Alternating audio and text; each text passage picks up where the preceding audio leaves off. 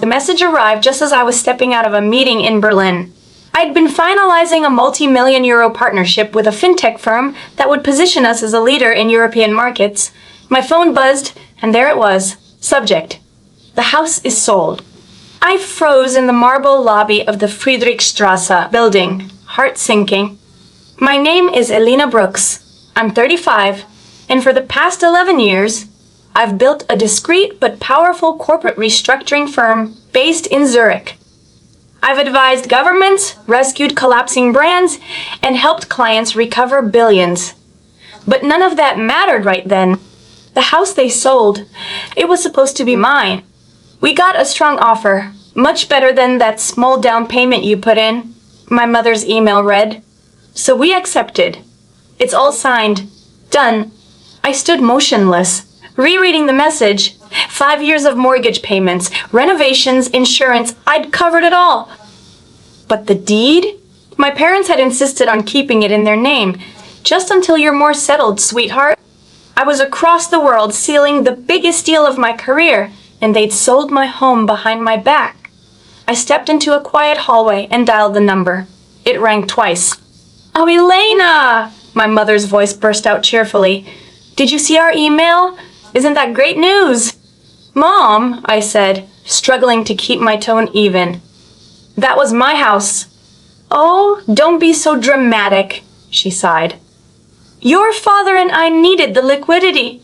Barton & Co. hasn't been doing so well, and you're always flying all over Europe with that little advisory gig of yours." Little advisory gig. If only she understood the weight of the paperwork still sitting in my briefcase. If only she'd seen the way the German ministers shook my hand, asking for my help restructuring their public pension funds. "Where exactly am I supposed to stay when I return?" I asked, knowing the answer already. "Oh, you can stay here. Your old room is exactly the way you left it. It'll be just like when you were 17 again." As if that were a good thing. Back then, all I got were constant comparisons to my brother Marcus, their golden boy, now COO of the very company they just admitted was sinking. Back then, I was told to be realistic, to marry well and to let Marcus handle the family business. I had built everything without them, and they'd taken from me anyway. "I have to go," I said, cutting the call short. I returned to the conference room, where the deal awaited my signature. I looked at the folder.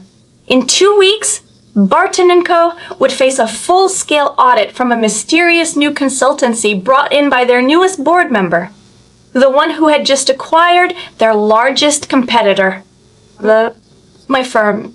They had sold my house, but soon they'd realize who they sold it to.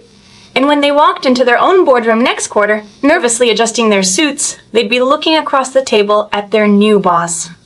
Sometimes, revenge doesn't require a raised voice or a courtroom drama. Sometimes, it's just a well-timed merger and a quiet seat at the head of the table.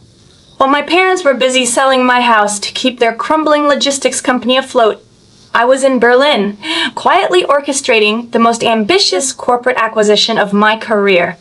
You see, Barton & Co., the company my parents built and worshipped, wasn't just in trouble. It was in free fall. And I knew exactly why. For the past 18 months, using a network of shell corporations and carefully disguised holding firms, I had been buying up their debt. Bit by bit, move by move, every overdue supplier invoice, every missed interest payment, they all quietly found their way to me. They thought I ran a boutique advisory firm out of Zurich. In truth, I was Elena Brooks, CEO of Veritas Capital, one of Europe's most aggressive acquisition firms specializing in distressed asset takeovers. We didn't just rescue companies, we restructured, dismantled, and absorbed them into something better. Or something more profitable. My phone buzzed again. A text from Marcus. "Mom told you about the house? Sorry, sis, but business is business. Business is business." They'd used that phrase to justify everything. When they refused to co-sign my student loan because Marcus needed seed funding. When they liquidated my childhood savings to cover a shortfall in payroll without ever telling me. And now they'd sold the home I'd paid for because the company came first. I replied with a simple, "Understood." then turned to Lucas Hoffman, my Berlin legal partner. Are the contracts finalized? I asked in German, a language I'd learned years ago while shadowing a turnaround in Frankfurt. Another life chapter they knew nothing about. He smiled. Everything is ready, Frau Brooks. By Friday, you'll control 78% of Barton & Co. I signed the final documents with the kind of calm certainty my family always mistook for passivity. It wasn't just a deal. It was a reckoning. In a few weeks, I would legally own controlling interest in Barton & Co., the very company they had sacrificed everything for, including me, including my home. I turned to my assistant. Book me a flight to London, I said. It's time I paid my parents a visit. The following weeks blurred into executive briefings, internal audits, and asset valuations. I moved into a penthouse overlooking the Thames, ignoring every call from my mother, every desperate email from Marcus. Let them think I was licking my wounds over a house.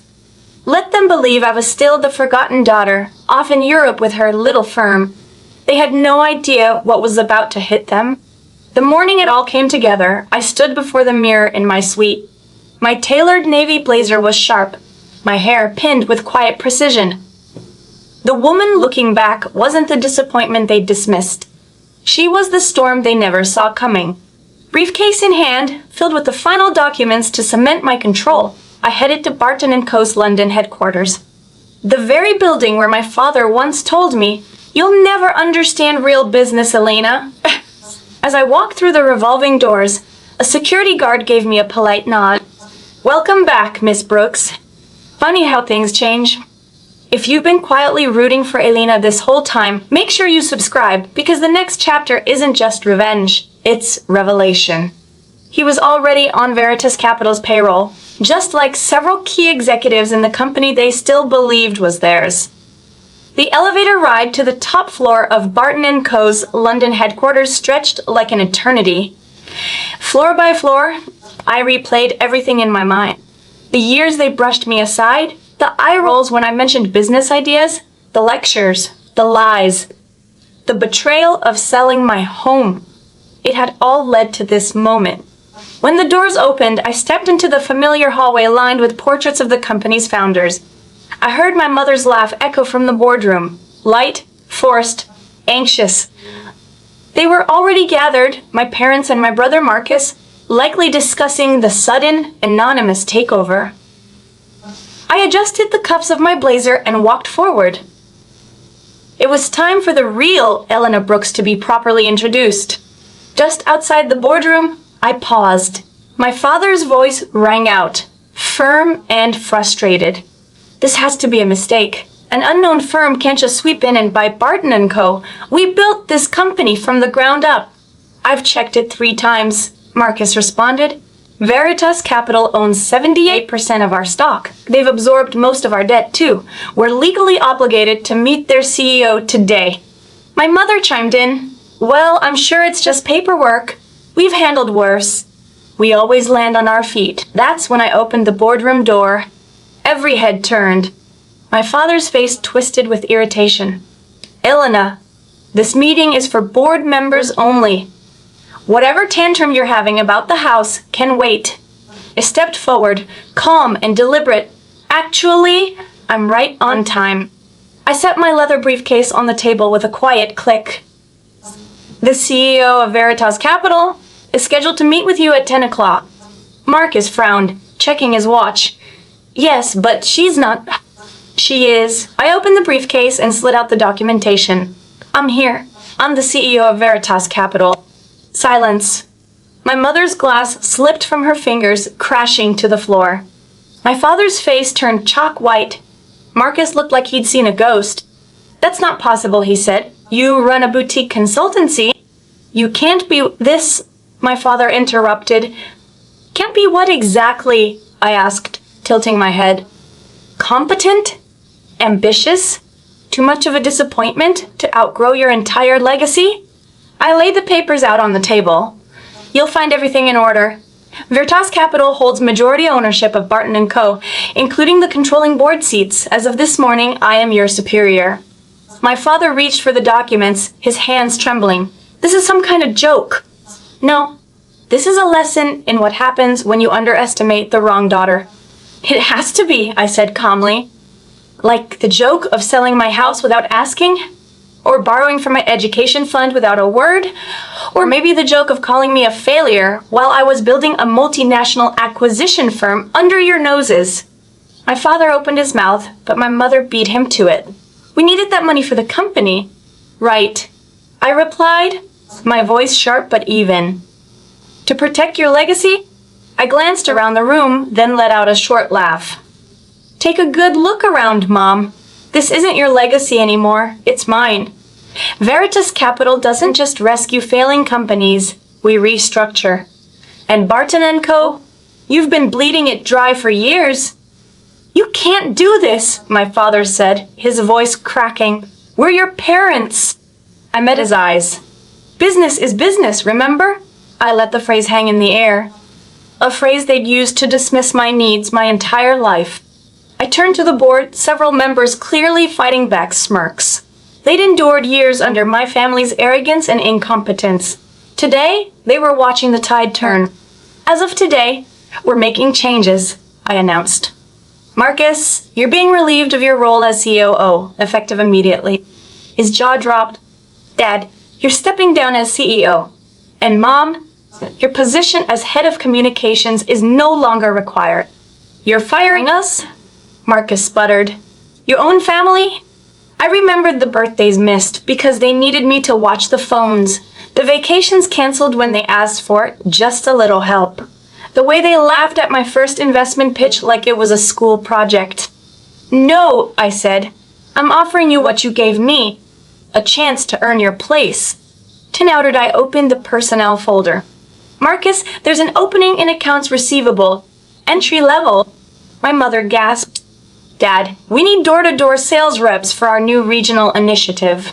He looked physically ill.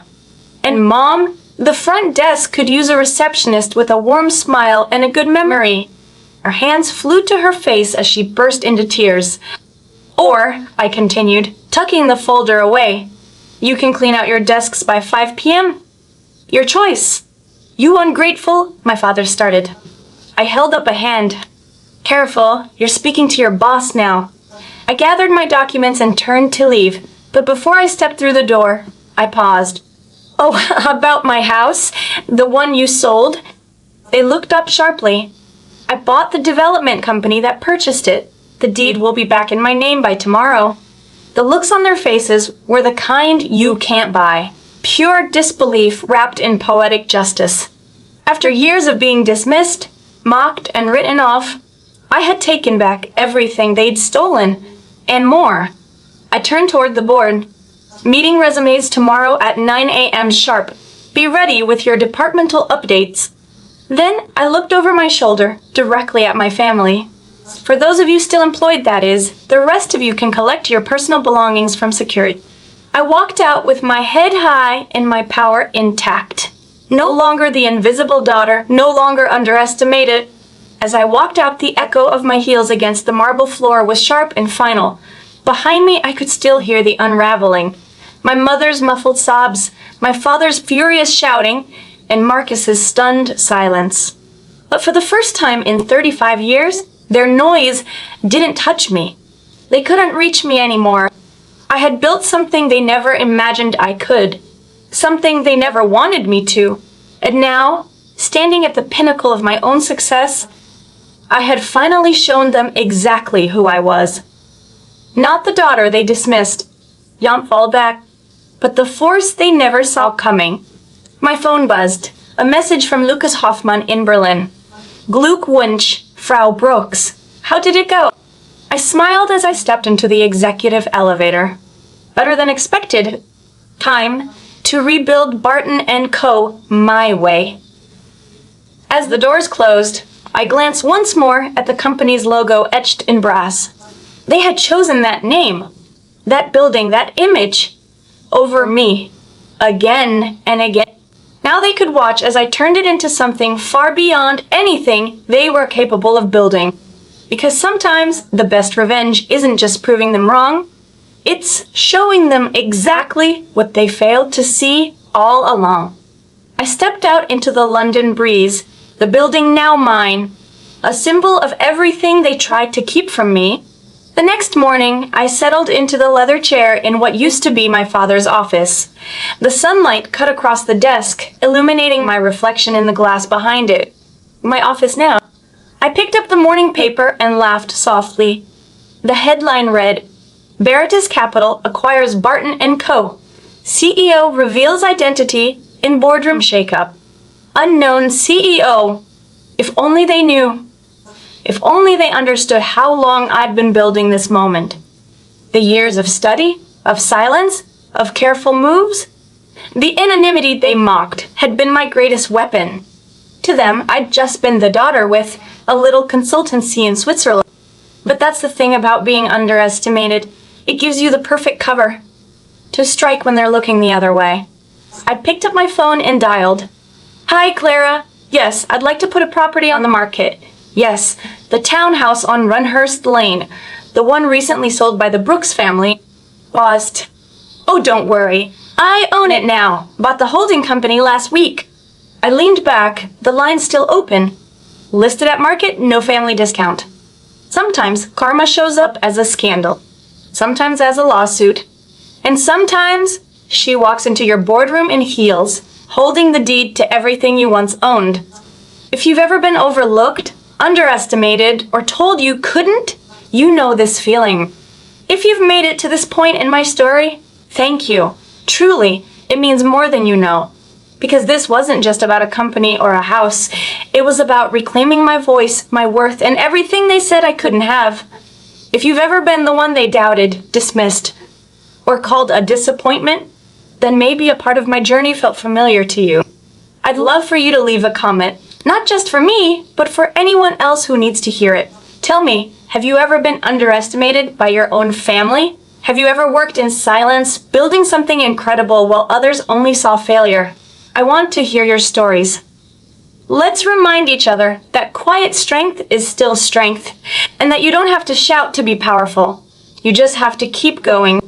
And if my story struck a chord, hit that subscribe button. Not just because it helps me share more, but because every subscriber is one more voice saying, I believe in people like Elena. People who rise, not out of spite, but out of purpose.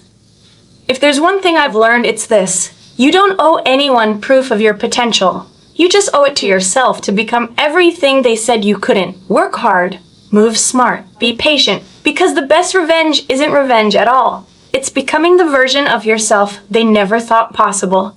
And when that moment comes, walk into the room like you own it, because maybe, just maybe, you will.